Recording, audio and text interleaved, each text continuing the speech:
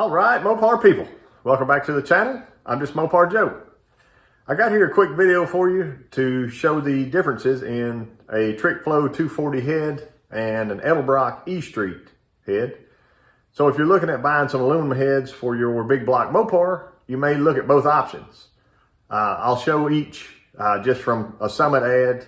You can kind of see the pricing, see the difference. One's the E Street is a 210cc runner versus the 240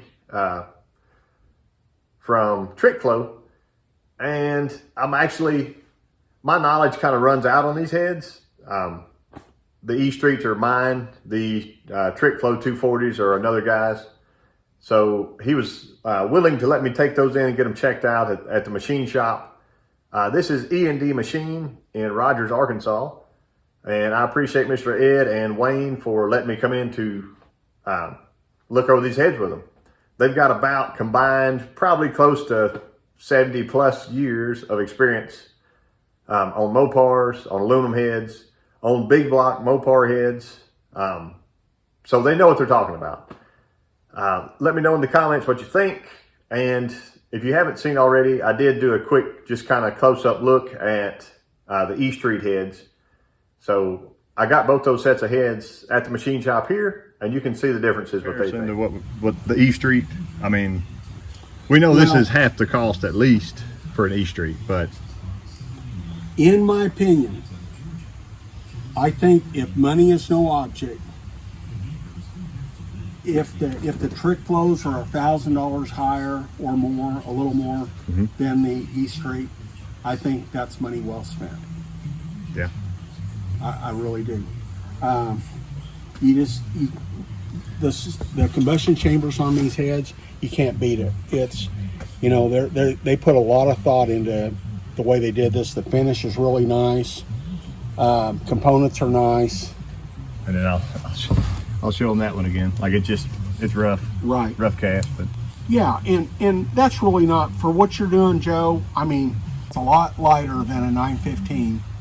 And it's a strong, these are strong, both these are strong cylinder heads. But there again, don't assume anything. Check these parts out. I think what's hurting a lot of companies is the cost of labor, pandemic, shortage of parts. They're sourcing things whenever they can get it, they buy it. I think a lot of them are doing the best they can. And we're doing the best we can. People's application, you can take this head like you have, the E Street, and this is going to meet your needs, meet or exceed your wants and needs on the street. It's a good platform. Are they, what do you think horsepower capable on an E Street? I think depending on the engine, I think 500, 525, I think is doable. That's really my goal. But I think they're great castings. They've got pretty decent parts in them. Manganese bronze guides. They both have manganese bronze guides, so that's a plus over some of the other products out there. First thing we're going to do with your heads, Joe, and we'll do the same thing on these. We're going to check the manufacturer. So first thing we're going to do a vacuum test on all the intake valves, all the exhaust valves. Okay. Then, so before we pull them apart, we're going to CC one chamber in each head, just to get an idea how the CCs are running in the heads. We found that on the Trickflow 270s, we had checked a few chambers in them, and we found that they were within like 0.2 to 0.3 of a CC. Wow. They were pretty consistent. So you probably don't have to. We did find a variance between two heads, and it was like 0.2 of a CC. So, but that's really nothing worth talking about for, you know. So our Trickflow 240 even has a little damage right out of the box, and it was boxed up a lot nicer than the Edelbrocks. So here's my Edelbrock drop spot there. Another indentation here. We'll keep filming. He's going to vacuum test these ports. Working on these Edelbrock heads here. We're going to just vacuum test them out of the box. I think it was just. There we got 19. Yeah. Yeah.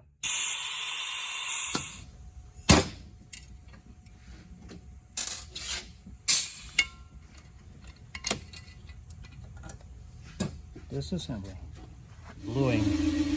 It's not touching all the way, whereas if you go over here, you can see where it's touching all the way just by the what the gluing looks like. So it's not 100% perfect. Gotcha. But probably in 50 miles or whatever on the dyno it'd be all seated in. But it's got also, it has a wide seat on it, which is too wide. Too wide of a seat? Yeah, you can see it over here. It's not touching all the way. Over here it's touching it.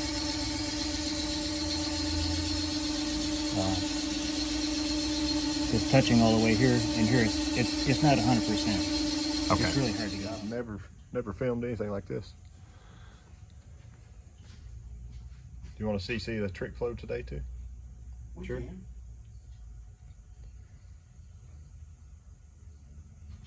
What do you think it'll be? I don't know. We'll see when I look at it.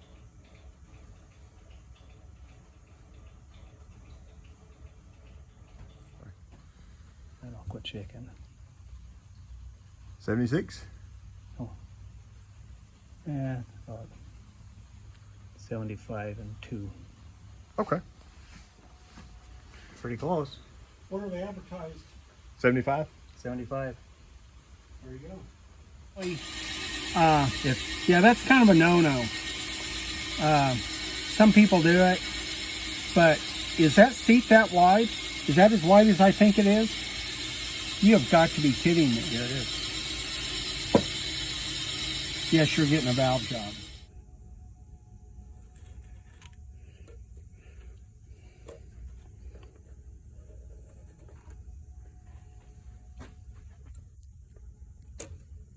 Thanks. I like how y'all move the dowel pins to the head. Oh, that's the only way you can do it. That fell in right there. There's a problem.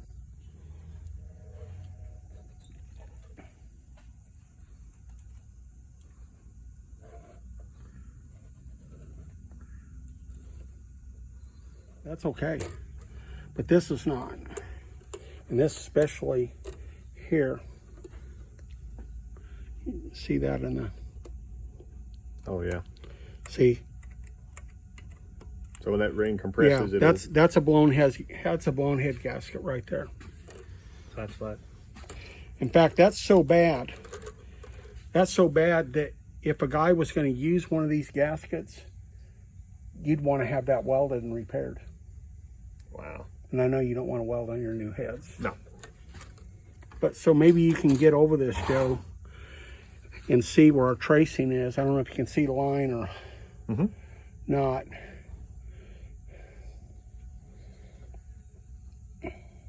There's that one. So. And there it goes. Falls right in. Yeah, I'm glad we found that.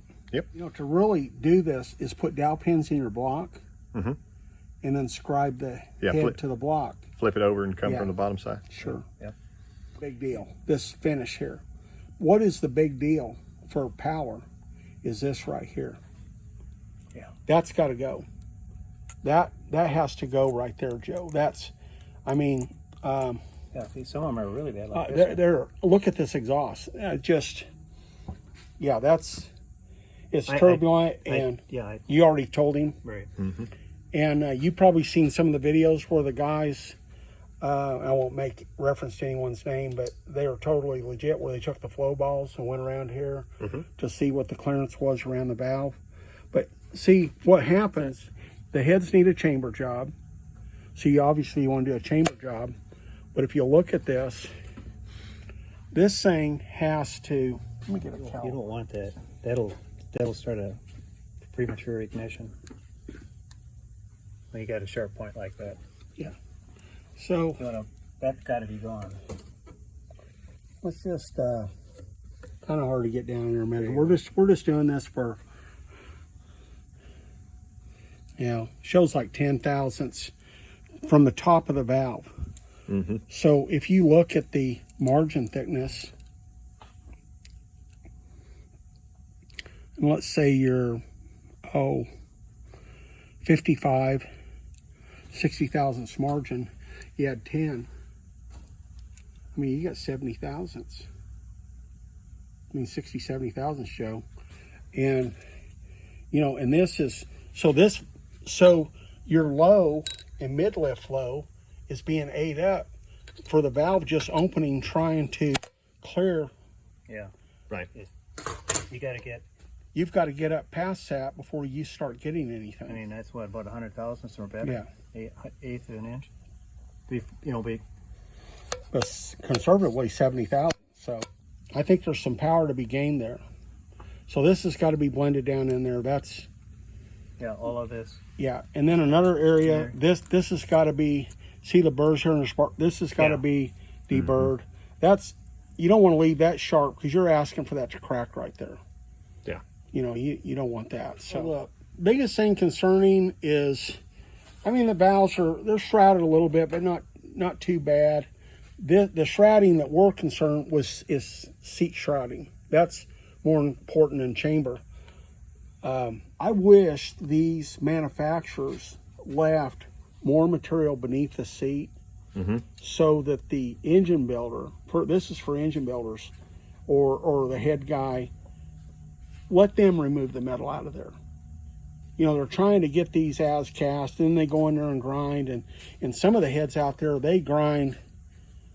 I mean, they just take way too much out of right beneath the seat trying to blend it in. I wish these are not real bad. I mean, I've seen a lot worse. 1940 to 140. Yeah, 1940. What did you use there? I'm trying to figure out the percentage right now. So 92%. 92% would be 1968. So let's see what 91% is.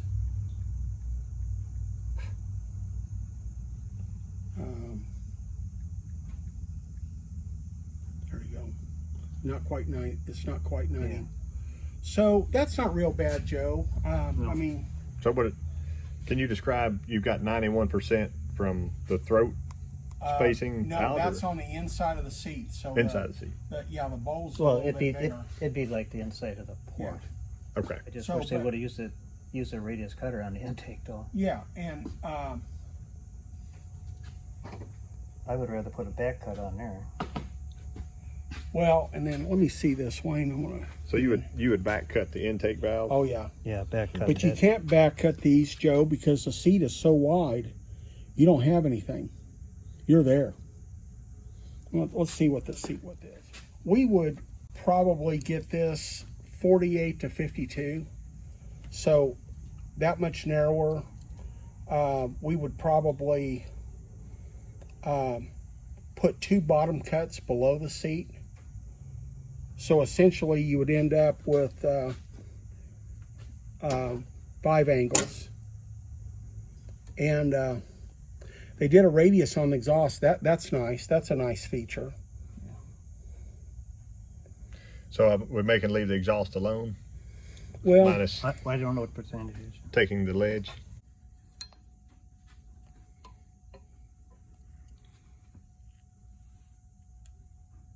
yeah, see, it's wider than that, what I'm picking up. Mm-hmm. Measure that right there. Yeah, that's way too wide. Here we Measure that measure right that. there.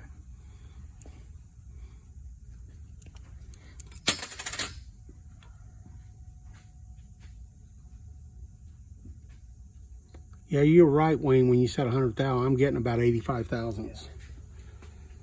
So we would be around 60. Is over the life of that seat, it's going to get wider. It's not. It's not going to get narrower. Right. And then another thing.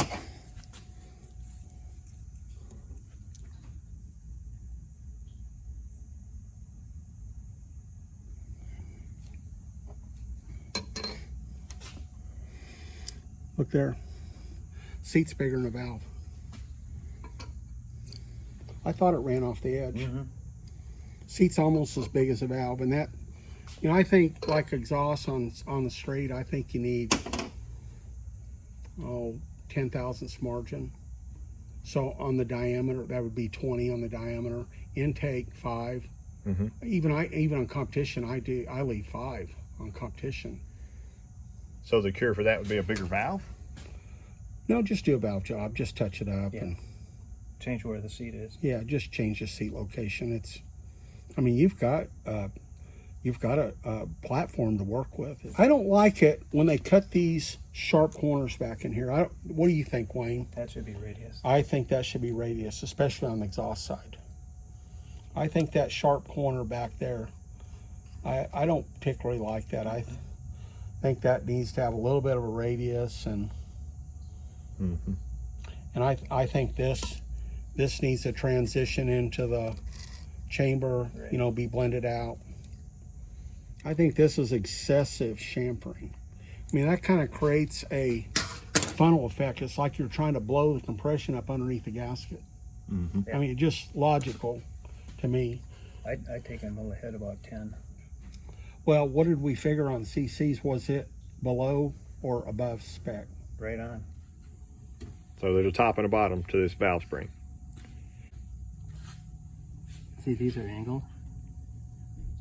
These are square. You want the square end against your retainer. So if it was upside down, what happens? Well, Nothing real. nothing technically, but It's just not it's right. a rule of thumb. So angle down and the flat up. These valve seals off the Edelbrock heads, and what do you see? Looks like bronze from honing the valve guides. I see. It was never cleaned out. Inside the seals. Right there's all it from honing the guides, Man. and it looks like that when you wipe it off. Yeah, you know why I get paranoid about checking everything? Yeah. Okay, this exhaust valve is about 341, 340 and 9/10, 340 and 8/10.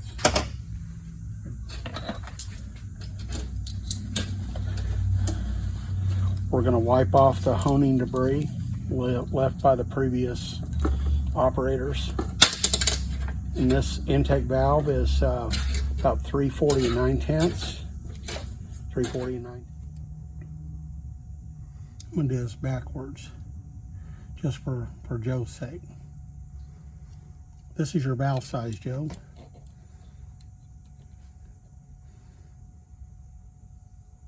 There we go. 1-0.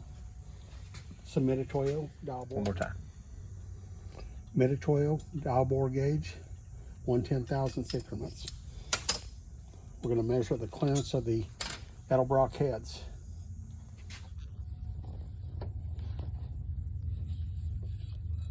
Oh, my word.